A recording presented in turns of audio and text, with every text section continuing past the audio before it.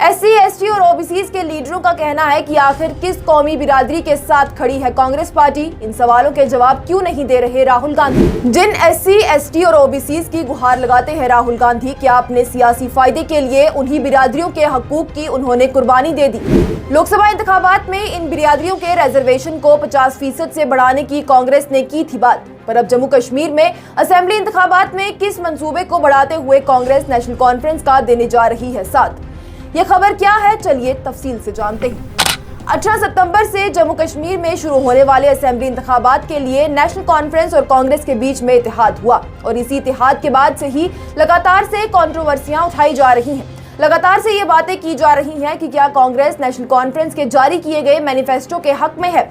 ये सवाल कांग्रेस पर उठ रहे हैं कि क्या कांग्रेस आर्टिकल 370 और 35A की बहाली के वादे में नेशनल कॉन्फ्रेंस के साथ खड़ी है। वहीं अब SC, ST और OBCs रिजर्वेशन पर भी सवाल उठाना शुरू हो गए हैं। बता दें तो नेशनल कॉन्फ्रेंस ने अपने मैनिफेस्टो में ये कहा है कि रिजर्वेशन कोटा पर नजरसानी की जाएगी और अगर किसी भी बिरादरी के साथ कोई भी नाइंसाफी हुई है तो उसे दुरुस्त किया जाएगा। अब इसे लेकर भी कांग्रेस पर सवाल उठना शुरू हो गए हैं कि क्या वो अपने सियासी फायदे के लिए ताकत में आने के लिए नेशनल कॉन्फ्रेंस के साथ हाथ जोड़ रही है और जिन SC, ST या OBCs की राहुल गांधी और कांग्रेस पार्टी बातें करती हैं, उसी के हक को वो नेशनल कॉन्फ्रेंस के साथ मिलकर छीनने जा रही है।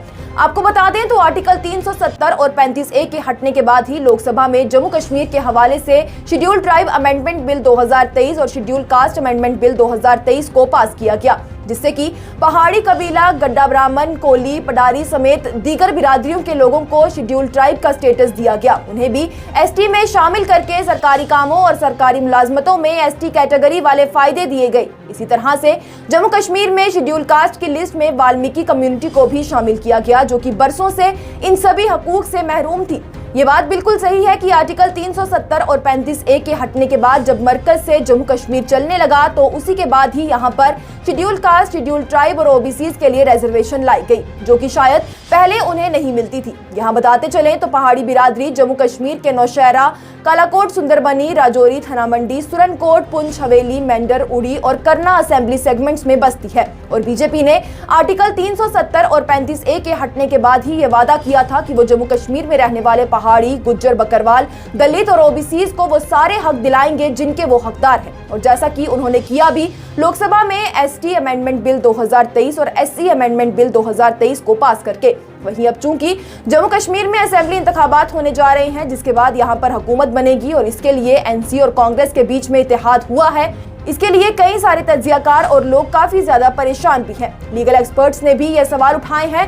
वकील यूनिस भट्ट ने हफ्ते के रोज तशवीश का इजहार करते हुए कहा कि उन्हें ये खदशात हैं कि असेंबली इंतखाबात मरकज के फैसलों और मरकज के कानून को पलट कर रख देंगे। हालांकि इस पर बीजेपी और दीगर जमातों की जानिब से भी लगातार से सवाल किए जा रहे हैं। SC, ST और OBCs के कई लीडरान की जानिब से भी यही सवाल किए जा रहे हैं कि राहुल गांधी और कांग्रेस पार्टी अपनी बात साफ करें कि क्या वो नेशनल कॉन्फ्रेंस के साथ हैं, उनके मंशूर के हक में है। बीजेपी के लीडरान भी इस हवाले से यही कह रहे हैं कि कांग्रेस ने नेशनल कॉन्फ्रेंस का साथ इसलिए थामा है ताकि वो जम्मू कश्मीर के SCs, STs, गुजर, बकरवाल, पहाड़ी और OBCs को मिलने वाले रिजर्वेशन को छीन सके, उसे खत्म कर सके। पर साथ ही उन्होंने ये यकीन दहानी भी करवाई है कि वो उनको मिलने वाले हकूक की पूरी तरह से हिफाजत करेंगे। उन्होंने नेशनल कॉन्फ्रेंस के मैनिफेस्टो को anti national, anti JNK people, pro Pakistan और प्रो सेपरेटिस्ट करार दिया है। अब फिलहाल के लिए कांग्रेस और NC इत्तेहाद पर उठ रहे ये बड़े सवाल अहम इसलिए हैं क्योंकि आखिरकार ये SC, ST और OBCs को मिलने वाले रिजर्वेशन का मामला है और लगातार से कांग्रेस और राहुल गांधी से जवाब भी मांगा जा रहा है, पर उनकी तरफ से फिलहाल कोई जवाब सामने नहीं आया है। आने वाले वक्त में क्या तफसील आएगी, कांग्रेस क्या अपने स्टैंड को क्लियर कर पाएगी या नहीं, ये वक्त बताएगा। तब तक के लिए आप देखते रहिए न्यूज़ इंसाइडर 24/7।